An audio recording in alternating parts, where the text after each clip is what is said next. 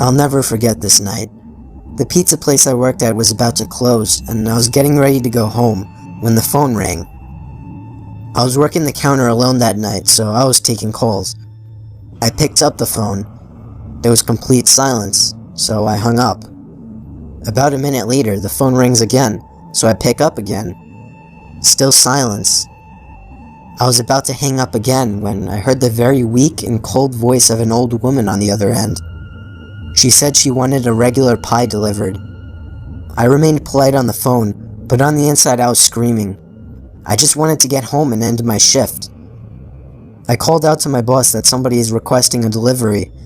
He told me I had to go. I was upset at first, but I realized it's another tip, and the old ones usually tip the most, so I decided it was okay. I took down the address and told her I would be there soon, but she had already hung up.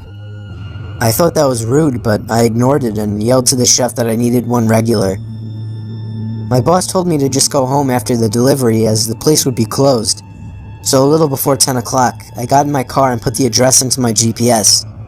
The house was 7 miles away. The GPS took me to the quiet side of town. I arrived to the house. It was a small, one-floor house on a very quiet and empty block. I took the pizza and walked up to the door and rang the doorbell. There were no lights on in the house. I hoped that she hadn't given me the wrong address. I rang the doorbell again. There was still no answer. I was about to give up when I turned my head and saw somebody standing at the window. I got a little freaked out and backed up at first, but I eventually got closer to the window to see the person. It was an old woman, probably in her late 70s. She was just staring at me with a blank expression. I yelled to her through the glass that I had her pizza. She didn't react to what I said, so I screamed it louder. A big smile ran across her face. Not a pleasant, genuine smile. It was a smile that sent chills down my spine. I still remember that exact face she made through the window. I decided that I was freaked out enough and got back to my car and set the pizza in the passenger seat. I had to text my boss about this. I shot him a quick text and started my car, ready to get the hell away. I looked to my right to get one more look, to see the woman standing right outside my passenger side window, giving me the same stare she had given me before. I put my car in drive and floored it down the street, not looking back. My boss never made me do a late night delivery again.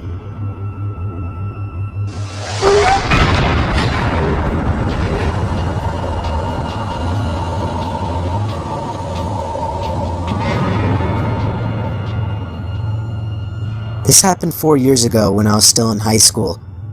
I was told to do my last delivery of my shift. I got in my car, which was a 1999 Camry, perfect for delivering pizzas. I GPSed the address on my phone. I live upstate in the country, so all pizza deliveries were long drives. I remember the sun was starting to set, so it was probably around 7 o'clock.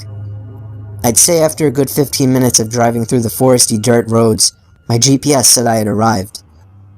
It was an old little cottage-like house made almost entirely of wood.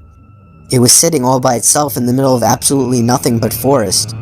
The lawn was completely unkept, as the grass was almost at knee height. I was used to this kind of thing, so I didn't think much of it. I took the pizza to the front door. There was no doorbell, so I knocked loudly on the door. Within 10 seconds, I heard the sound of footsteps hitting wood on the inside of the house. The footsteps made it to the door and stopped. I started to feel uneasy. I got the feeling that I was being watched, and that's when I noticed there was a peephole in the door. "It's the pizza guy," I called out. I heard a low, harsh-sounding voice on the other side of the door, telling me to bring the pizza out back. I didn't like the idea of going back there. Something didn't seem right.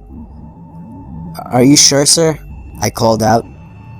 He didn't answer my question. The sound of footsteps didn't move away from the door, so I had the feeling he was still watching me. I almost found myself walking back to my car, but I decided I didn't want any trouble with my boss. The last time I brought a pizza back, he gave me attitude, so I reluctantly walked through the uncut grass and around the small house to the back.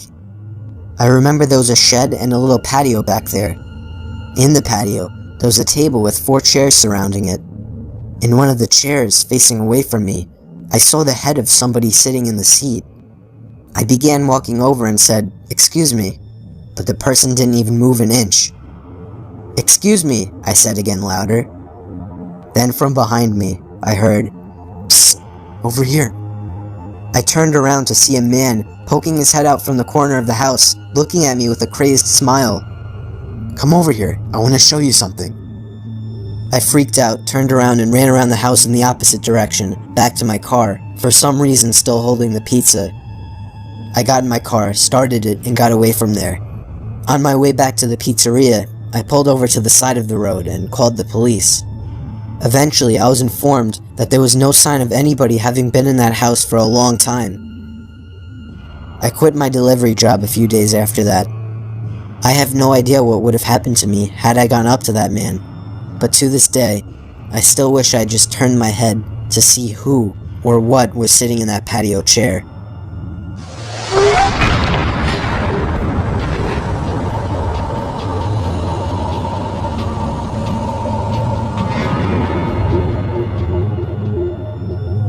I was doing late night deliveries during this particular shift. When I worked this job, I lived in the Poconos. It was very rural up there. I often found myself driving down roads surrounded by nothing but trees, just like this night. Only it was dark and foggy this time. Driving down a shortcut to town that I had taken many times before, I slam on the brakes when I see somebody jump out from the bushes onto the road. The sickening bump and thump from the front of the car confirmed that I had hit the person. I put my hand to my forehead, cursing to myself. I couldn't believe what just happened. I just hit a person. I got out of my car and checked to see if they were alright. It was a man wearing a black hoodie with the hood up. He lay motionless by my car tire. I had no idea what to do. At this point, I was panicking. Why the hell was this guy in the middle of nowhere? Why did he jump in front of my car? And then things got weirder. I can hear a scream for help, coming from the woods to the left of me. Somebody was in trouble.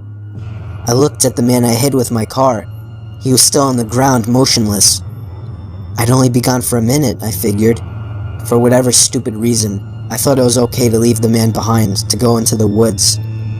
I moved in the direction I heard the scream originally, hoping to hear another, but it was just total silence, except for the night creatures making their sounds. "Where are you?" I yelled out. It was at that moment I heard the sound of a foot crushing the leaves on the ground. I turned in the direction of the sound, and even in the dark and foggy weather, I could still make out the figure of somebody hiding behind a tree opposite me. I ran as fast as I could back to my car, looking back constantly to make sure I wasn't being followed. When I got back to my car, the man I had hit was gone. I didn't stick around to wonder where he went. I just got back in my car and proceeded down the road. My heart was racing the whole drive through, but I still ended up delivering the pizza. I got to the house, and when I rang the bell, a middle-aged woman answered. After paying, I noticed that her eyes focused on something behind me, and then she asked me, "They let you guys have delivery partners now?" I was confused and asked her what she meant, and she told me, "You got someone with you in your car." I felt a pain in my stomach as I turned and saw somebody sitting in the backseat of my car. I called the cops using the woman's phone, and they arrived shortly after, but the person in the backseat of my car was already gone. The scariest thing about this whole story, the police found a blood-stained knife on the floor of my car where the man was hiding. This memory still haunts me every day, and I can genuinely tell you, it's painfully scary just to imagine how things could have turned out if I hadn't made the delivery.